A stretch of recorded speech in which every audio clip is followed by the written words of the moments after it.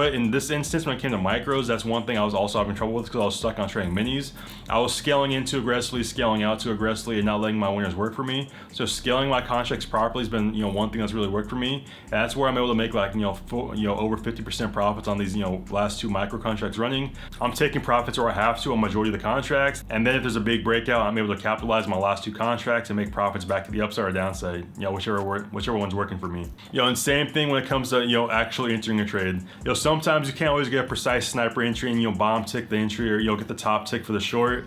But that's one thing for me. For example, I usually like to start with about 3 micros, going long at support or short at resistance. Let's say I'm off by like 10-15 points. I can easily add like 1 or 2 more micros back in the contract to hit my max position size of like 5 or 6 contracts.